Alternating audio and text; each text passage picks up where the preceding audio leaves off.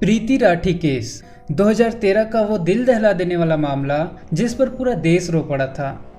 आपने अब तक इंसानियत को शर्मसार करने वाली न जाने कितनी कहानियां सुनी होंगी, लेकिन जो केस आज मैं आपको सुनाने जा रहा हूँ उसे सुनकर आपके रोंगटे खड़े हो जाएंगे और यकीन मानिए आपकी आंखें भी नम हो जाएगी। साल 2013 में जो दर्दनाक घटना घटी उस पर पूरे देश ने आंसू बहाए थे। इस केस की सुनवाई के दौरान जब सरकारी वकील ने इसे महिलाओं के खिलाफ अब तक की सबसे बड़ी हैवानियत बताया तो हर कोई सन्न रह गया। वहीं जब इस मामले में जज साहब ने अपना फैसला सुनाया तो उनकी कही एक बात ने कोर्ट में मौजूद हर इंसान की आंखें नम कर दी थी। आखिर ये दिल दहला देने वाली घटना क्या थी, ये सब कहाँ और कैसे हुआ, सुनवाई के दौरान जज ने आखिर क्या कहा और इस केस में पूरी कहानी क्या थी, चलिए जानते हैं सब कुछ स्टेप बाय स्टेप इस वीडियो में। Hello, my name is Somesh and you are watching the case of Preeti Rathi. तारीख थी 1 मई 2013। आमतौर पर यह दिन बाकी लोगों के लिए बस एक और साधारण दिन था, लेकिन दिल्ली के नरेला में रहने वाली प्रीति राठी के लिए ये उसकी ज़िंदगी का सबसे खास दिन था। आज पहली बार प्रीति अपने घर से बाहर निकलने वाली थी। पहली बार दिल्ली छोड़कर किसी नए शहर में जा रही थी। जाहिर है मन में थोड़ा डर था, लेकिन उस डर से ज़्यादा एक्साइटमेंट थी, क्योंकि प्रीति ने वो कर दिखाया था जिस पर सिर्फ उसके परिवार को ही नहीं बल्कि मोहल्ले के हर शख्स को नाज था। असल में 23 साल की प्रीति दिल्ली में रहकर नर्सिंग की पढ़ाई कर रही थी। पढ़ाई पूरी करने के बाद उसका सपना था कि वो मिलिट्री हॉस्पिटल में बतौर नर्स काम करे। इसी सपने को पूरा करने के लिए उसने मेहनत शुरू कर दी थी। उसी दौरान इंडियन नेवी में नर्स की भर्ती निकली। प्रीति ने भी फॉर्म भरा, एग्ज़ाम दिया और कड़ी मेहनत के बाद आखिरकार वो सिलेक्ट हो गई। उसे नेवी में बतौर नर्सिंग ऑफिसर नौकरी मिल गई थी। अब जरूरी कागजात और बाकी फॉर्मेलिटीज़ पूरी हो चुकी थी और प्रीति को मुंबई के कोलाबा में बने नेवी ऑफिस में रिपोर्ट करना था। वहीं उसे INS मुंबई में बतौर सेकेंड लेफ्टिनेंट ड्यूटी ज्वाइन करनी थी। इसी वजह से प्रीति को मुंबई जाना था। घर में हर कोई खुश था। आखिर उनके घर की बेटी पहली बार अकेले सफर पर निकल रही थी। इसीलिए प्रीति को मुंबई तक छोड़ने के लिए उसके साथ उसके पिता अमर सिंह राठी, चाचा विनोद कुमार दहिया और चाची सुनीता दहिया भी जा रहे थे। उन्हें गरीब रथ एक्सप्रेस से मुंबई के बांद्रा स्टेशन पहुंचना था। तय समय पर 1 मई को दिल्ली के निजामुद्दीन स्टेशन पर ट्रेन आकर रुकती है और प्रीति अपने परिवार के साथ जल्दी से ट्रेन में चढ़ जाती है। सभी अपनी अपनी सीट पर बैठ जाते हैं और ट्रेन मुंबई के लिए रवाना हो जाती है। ट्रेन में काफ़ी भीड़ थी। जितनी सीटें थी उससे कहीं ज़्यादा लोग खड़े हुए थे। बोगी के अंदर अफरा तफरी और गहमा-गहमी का माहौल था। इसी भीड़ में एक युवक ऐसा भी था जिसने अपना चेहरा गमछे से छुपा रखा था और सिर पर कैप पहन रखी थी। वो लड़का किसी से बात नहीं कर रहा था, लेकिन उसकी हरकतें अजीब थी। कभी वो उठकर बाथरूम की तरफ जाता तो कभी वापस आकर अपनी सीट पर बैठ जाता और बार बार प्रीति को देखने की कोशिश करता। ये सब देखकर प्रीति के परिवार वालों को भी शक हुआ। उनकी नज़रें उस पर टिक गई और वो थोड़ा सतर्क भी हो गए, लेकिन ट्रेन में भीड़ भाड़ के चलते ज़्यादा कुछ बोल नहीं पाए। खैर, इसी हलचल और अफरा तफरी के बीच सब जैसे तैसे सो गए और रात बीत गई। सुबह होते ही सब उठ गए और उधर ट्रेन भी अपनी रफ्तार से मुंबई की ओर बढ़ रही थी। अब तारीख बदलकर 2 मई 2013 हो चुकी थी। प्रीति और उसके परिवार वालों को बांद्रा टर्मिनल पर उतरना था। सुबह 8:05 पर ट्रेन बांद्रा स्टेशन पर पहुंचती है। प्रीति, उसके पिता, चाचा और चाची सभी ट्रेन से उतर जाते हैं। ट्रेन से उतरने के बाद सबने अगली मंजिल की तरफ बढ़ना शुरू कर दिया। सफ़र की थकान प्रीति के चेहरे पर साफ झलक रही थी, इसीलिए वो थोड़ा धीरे धीरे चल रही थी, जबकि उसके पिता, चाचा और चाची उससे कुछ कदम आगे चल रहे थे। प्रीति ने जैसे ही महसूस किया कि वो काफ़ी पीछे रह गई है, उसने अपने कदम तेज कर दिए ताकि बाकी लोगों के पास पहुंच सके। लेकिन जैसे ही उसने अपनी रफ्तार बढ़ाई तभी उसे अचानक एहसास हुआ कि किसी ने उसके कंधे पर पीछे से हाथ लगाया है। प्रीति चौंक जाती है और अचानक उसके कदम रुक जाते हैं। वो तुरंत पीछे मुड़कर देखती है कि आखिर उसे छुआ किसने। पीछे मुड़ते ही उसकी नज़र उसी लड़के पर पड़ती है जो ट्रेन में अपने चेहरे को गमछे से छुपाकर बैठा था और बार बार उसे देखने की कोशिश कर रहा था। प्रीति को समझ पाती उससे पहले ही वो नकाबपोश लड़का अचानक अपनी जेब से एक डिब्बा निकालता है और अगले ही पल उस डिब्बे से प्रीति के चेहरे की तरफ कुछ फेंक देता है। जैसे ही वो फेंकी हुई चीज़ प्रीति के चेहरे पर पड़ती है, अचानक प्रीति जोर जोर से चीखने लगती है। उसकी दर्द भरी चीखें सुनकर उसके पिता, चाचा और चाची दौड़कर उसके पास पहुंचते हैं। साथ ही दूसरे पैसेंजर्स भी घबराकर प्रीति के आसपास जमा हो जाते हैं। प्रीति की हालत देखकर किसी को भी समझने में देर नहीं लगती कि उसके चेहरे पर एसिड फेंका गया है। प्रीति के पिता और चाचा चाची जैसे ही उसे संभालने की कोशिश करते हैं, एसिड की कुछ छींटें प्रीति के कपड़े में से उनके हाथों पर भी लग जाती है और उनके हाथों में भी जलन होना शुरू हो जाता है। इसके बावजूद वो सब अपने दर्द को नज़रअंदाज करके प्रीति को संभालने में जुट जाते हैं। प्रीति की हालत देखकर उसके पिता और चाचा तुरंत उसे उठाते हैं और स्टेशन मास्टर के ऑफिस की तरफ भागते हैं। क्योंकि प्रीति बहुत तकलीफ में थी और उसके जख्म गहरे लग रहे थे, इसीलिए रेलवे अधिकारी बिना देर किए उसे अस्पताल भेजने की तैयारी करने लगते हैं। कुछ देर बाद प्रीति और बाकी के घायलों को भाभा हॉस्पिटल भेज दिया जाता है, लेकिन प्रीति की हालत काफ़ी गंभीर थी, इसीलिए उसे भाभा हॉस्पिटल की जगह नज़दीक के ही गुरु नानक हॉस्पिटल में भर्ती करवाया जाता है। इधर वो नकाबपोश लड़का प्रीति पर एसिड फेंकने के बाद भागने की कोशिश करता है, लेकिन तभी पास ही खड़े समीर शेख नाम के एक युवक ने प्रीति की चीखें सुन ली थी। समीर तुरंत आगे बढ़ता है और देखता है कि उस लड़के के हाथ में जो डिब्बा था उसी से ये सब हुआ है। वो जैसे ही डिब्बा उठाने की कोशिश करता है, उसमें से बचा हुआ एसिड समीर के हाथों पर भी गिर जाता है। जलन होते ही समीर समझ जाता है कि ये एक एसिड अटैक है। उसके बाद वो तुरंत डिब्बा नीचे फेंकता है और उस नकाबपोश लड़के के पीछे दौड़ पड़ता है। साथ ही चिल्लाता है, सलीम, सलमान, पकड़ो उसे, पकड़ो। असल में सलीम और सलमान दोनों समीर के जानने वाले थे और उसी के साथ खड़े थे। जैसे ही समीर को एहसास होता है कि लड़की पर एसिड अटैक हुआ है, वो दोनों को भी इशारा करता है। तीनों मिलकर उस नकाबपोश लड़के का पीछा करने लग जाते हैं, लेकिन कुछ ही पलों में वो लड़का भीड़ का फायदा उठाकर तीनों को चकमा देकर वहां से भाग जाता है। यहाँ एक बात ध्यान रखिएगा, समीर शेख, सलीम और सलमान ये तीनों इस केस में आगे एक बहुत अहम भूमिका निभाते हैं। उधर प्रीति को गुरु नानक हॉस्पिटल में भर्ती करवा दिया जाता है, जहां उसका इलाज शुरू होता है, जबकि प्रीति के पिता, चाचा चाची और समीर शेख को भाभा हॉस्पिटल भेज दिया जाता है। इधर पुलिस मौके पर पहुंच चुकी थी और वहां का पंचनामा तैयार करने में जुट गई थी। समीर के हाथों में जख्म ज़्यादा गहरे नहीं थे, इसीलिए कुछ देर के बाद उसे अस्पताल से छुट्टी मिल जाती है। पुलिस उसे वापस घटनास्थल पर लेकर जाती है और उसके बयान के आधार पर पंचनामा दर्ज किया जाता है। इसके साथ साथ पुलिस वहां से जरूरी सबूत भी इकट्ठा करती है। हालांकि शुरुआत में प्रीति को भाभा हॉस्पिटल ले जाने की प्लानिंग थी, लेकिन उसकी हालत इतनी गंभीर थी कि जल्दबाजी में उसे गुरु नानक हॉस्पिटल ले जाया गया।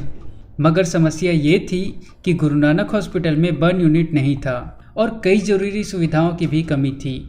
ऐसे में कुछ देर बाद डॉक्टरों ने फैसला लिया और प्रीति को गुरु नानक हॉस्पिटल से मसीना हॉस्पिटल रेफर कर दिया गया। मसीना हॉस्पिटल पहुंचते ही डॉक्टरों ने तुरंत प्रीति का इलाज शुरू कर दिया। इधर पुलिस भी बयान लेने के लिए मसीना हॉस्पिटल पहुंचती है, लेकिन प्रीति की हालत इतनी खराब थी कि वो कुछ बोलने की हालत में ही नहीं थी। एसिड अटैक से उसका चेहरा बुरी तरह से जल चुका था, साथ ही गले पर भी गंभीर चोटें आई थी, जिसकी वजह से उसकी आवाज़ चली गई थी। जख्म तो उसके पूरे शरीर पर थे, लेकिन उसके हौसलों पर कोई असर नहीं पड़ा था।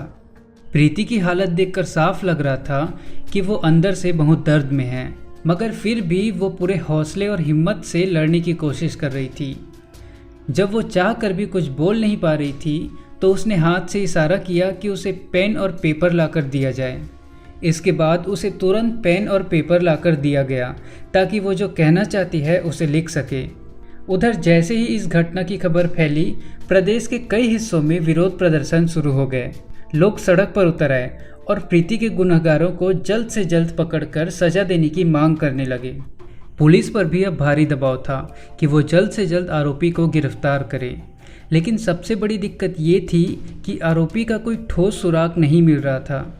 हालांकि घटना के वक्त स्टेशन पर मौजूद कुछ गवाहों के बयान के आधार पर पुलिस ने आरोपी का एक स्केच तैयार करवा लिया था। और उस स्केच के साथ आरोपी की तलाश शुरू हो चुकी थी, मगर कई कोशिशों के बावजूद पुलिस के हाथ खाली ही रहे। इसी बीच 4 मई 2013 को प्रीति की बहन तनु के पास एक कॉल आता है। फ़ोन करने वाला लड़का था पवन कुमार। वो बीटेक का स्टूडेंट था और प्रीति का पुराना जान पहचान वाला था। फ़ोन पर पवन ने तनु से सिर्फ इतना पूछा कि प्रीति कैसी है। तनु को ये बात अजीब लगी, इसीलिए उसने तुरंत ये बात अपने पिता अमर सिंह राठी को बताई। अमर सिंह ने भी देर न करते हुए पुलिस अधिकारियों को इसकी जानकारी दे दी। ये बात पुलिस तक पहुंचते ही उनके शक को मजबूती मिल गई। पुलिस ने वही स्केच जो गवाहों के बयान के आधार पर तैयार किया गया था प्रीति को दिखाया और पूछा कि क्या वो इसे पहचानती है। जवाब में प्रीति ने बोर्ड पर 3 नाम लिखे, सत्यम, अंकुर और पवन। उसके मुताबिक स्केच में जो लड़का था वो इन तीनों में से कोई एक हो सकता है। क्योंकि प्रीति ने खुद पवन कुमार का नाम लिखा और दूसरी तरफ पवन ने भी कॉल करके प्रीति का हालचाल पूछा था, इसीलिए पुलिस का शक और भी गहरा हो गया। पुलिस को लगने लगा कि कहीं पवन कुमार ने ही तो प्रीति पर एसिड नहीं फेंका और अब वो जानना चाह रहा है कि प्रीति बची है या नहीं। इसी शक के आधार पर पुलिस ने तुरंत पवन कुमार की तलाश शुरू कर दी। कुछ दिनों की तलाश के बाद आखिरकार 9 मई 2013 को पुलिस ने पवन कुमार को गिरफ्तार कर लिया। जैसे ही पवन की गिरफ्तारी की खबर सामने आई, लोगों का गुस्सा और भड़क गया। हर तरफ से मांग उठने लगी कि अपराधी को कड़ी से कड़ी सजा दी जाए। साथ ही पूरे देश भर के लोग प्रीति के जल्द स्वस्थ होने की दुआएं करने लगे। मगर प्रीति की हालत दिन ब दिन बिगड़ती जा रही थी। उसे मसीना हॉस्पिटल में कई दिन हो चुके थे। डॉक्टरों ने उसकी कई सर्जरी भी की, लेकिन हालात सुधरने के बजाय और बिगड़ते चले गए। प्रीति के अंदरूनी अंग धीरे धीरे काम करना बंद कर रहे थे। जब मसीना हॉस्पिटल के डॉक्टरों को लगा कि प्रीति की हालत बेहद गंभीर हो रही है, तो उन्होंने तुरंत उसे मुंबई हॉस्पिटल रेफर कर दिया ताकि उसे बेहतर इलाज मिल सके। क्योंकि इस केस को लेकर पूरे देश का सीधा जुड़ाव था और लोग हर पल प्रीति की सेहत के बारे में जानना चाहते थे, इसीलिए सरकार की तरफ से भी यह सुनिश्चित किया गया कि प्रीति को हर संभव और सबसे अच्छा इलाज मिल सके। जैसे ही प्रीति को बॉम्बे हॉस्पिटल लाया जाता है, डॉक्टरों की एक खास टीम बनाई जाती है। देश के टॉप स्पेशलिस्ट डॉक्टरों को ही प्रीति के इलाज की जिम्मेदारी दी जाती है। डॉक्टर्स पूरी कोशिश करते हैं, लेकिन लाख कोशिशों के बावजूद प्रीति की हालत सुधरने के बजाय बिगड़ने लगती है और कुछ ही देर बाद प्रीति को वेंटिलेटर सपोर्ट पर शिफ्ट करना पड़ता है। फिर भी डॉक्टर्स हार नहीं मानते। वो हर संभव तरीका अपनाते हैं ताकि किसी भी तरह प्रीति की जान बचाई जा सके। उधर प्रीति भी अपनी हालात से पूरी तरह से लड़ रही थी, लेकिन अफसोस, अंततः 1 जून 2013 को दिल की धड़कनें थम जाती है और प्रीति हमेशा के लिए इस दुनिया को छोड़कर चली जाती है। प्रीति की मौत की खबर फैलते ही पूरे देश में शोक और गुस्से की लहर दौड़ जाती है। हर कोई सदमे में था। कोई इस बात पर यकीन नहीं कर पा रहा था कि प्रीति अब इस दुनिया में नहीं रही। प्रीति की मौत के बाद उसका पोस्टमार्टम किया जाता है और फिर उसके शव को अंतिम संस्कार के लिए दिल्ली लाया जाता है। लेकिन यहाँ पर उसके घर वाले साफ मना कर देते हैं कि जब तक इस मामले की सीबीआई जांच नहीं होती, तब तक वो अंतिम संस्कार नहीं करेंगे। प्रीति के शव के साथ ही एक प्रदर्शन रैली निकाली जाती है और हर तरफ से एक ही मांग उठ रही थी, इस मामले की सीबीआई जांच कराई जाए। आखिरकार सरकार सीबीआई जांच का भरोसा दिलाती है और उसके बाद पूरे राजकीय सम्मान के साथ प्रीति का अंतिम संस्कार किया जाता है। प्रीति की मौत और अंतिम संस्कार के बाद हर किसी की एक ही आवाज़ थी कि प्रीति के कातिल को जल्द से जल्द पकड़कर उसे कड़ी से कड़ी सजा दी जाए। पुलिस ने इस केस में पवन कुमार नाम के एक लड़के को पहले ही गिरफ्तार कर लिया था, लेकिन समस्या ये थी कि उसके खिलाफ कोई ठोस सबूत नहीं मिल रहा था। रेलवे पुलिस भी अब तक पवन कुमार के खिलाफ कोई भी पुख्ता सबूत नहीं जुटा पाई थी।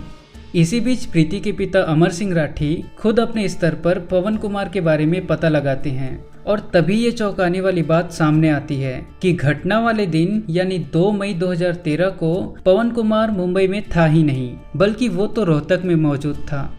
बाद में पुलिस भी पवन कुमार का फ़ोन लोकेशन निकलवाती है और उसमें भी यह कंफर्म होता है कि घटना वाले दिन पवन कुमार रोहतक में था। ये बात सामने आना पुलिस के लिए बहुत बड़ी नाकामी मानी गई, क्योंकि ये बात खुद प्रीति के पिता को पता करनी पड़ी, जबकि ये काम पुलिस का था। यही वजह थी कि लोग पुलिस पर सवाल उठाने लगे और इस बात के संकेत मिलने लगे कि पुलिस इस केस की जांच सही तरीके से नहीं कर रही है।